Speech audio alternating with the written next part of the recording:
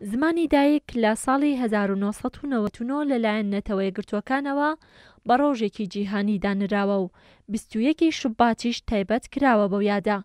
هەر بۆیە ساڵانە لەو بەروارەدا لە سەرتاسەری جیھان چالاکی جۆراوجۆر بەڕێوە دەچێت و تیایدا گرنگی پەرەدان بە زمانی دایک دەخرێتە ڕوو.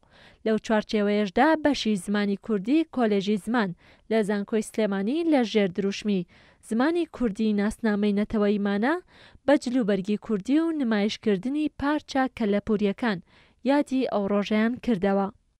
تایبەتمان کرد بە چالاکی خوێندکارانەوە. خوێندکارەکان خۆیان چالاکیان هەبێ لە شعر خوێندنەوە و لە لێکۆڵینەوە ئەگەر هەیەیان بێ یان قسەکردن لەسەر شعر خوێندنەوەیان هەیە یان چالاکی هەڵپەرکێ و ئەو جۆرەشتانی کە پەیوەند بێ بە کللتوری کورد و نەتەوەی کوردەوە. زمان لە جیھاندا ئامڕازێکە بۆ پەیوەندیکردن و بنەمایەکیشە بۆ پێوانەکردنی مرۆیی کەسەکان و دابەشکردنیان بەسەر گەل و نەتەوەکاندا.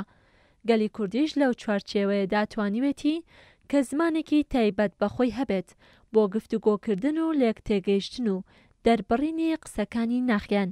بەردەوام هەوڵی یاوە دوا قەڵای ناسنامەی نەتەوەی خۆی بپارێزەکەویش زمانی کوردی و ڕەنگە زمانی کوردی تەنها قەڵا بێت کە دوژمنانمان چۆکی داوا لە بەردەمیان ڕەنگە توانی بێتیان مێژومان بشێوێنن ڕۆشنبیریمان بشێوێنن دەستکاری کولتورمان بکەن بەڵام تا ئێستا نەیانتوانیوە قەڵای زمانمان داگیر بکەن کە ئەمەش بۆ خۆیەکێکە لە سەروەرەکانی نەتەوەی کورد کە بەردەوام بە شانازی پێوەکە و هەوڵی با بەرەو پێشی با بەڵام بە شێوەیەکی زانستانە و بە شێوەیەکی کە لە ئاستی پێشکەوتنەکانی ژیاریەت و ژیانی مرۆڤی کوردابێ.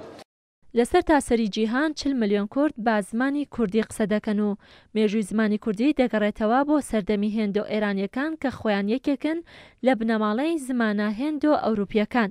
زمانی کوردی لە 4 شێوەزار پێک دێت وەک کرمانجی ناوەڕاست و کرمانجی ژوور و لووڕی و شێوەزاری هەورامی. ڕێزان محەممەد، کوردسات نیوز، سلێمانی.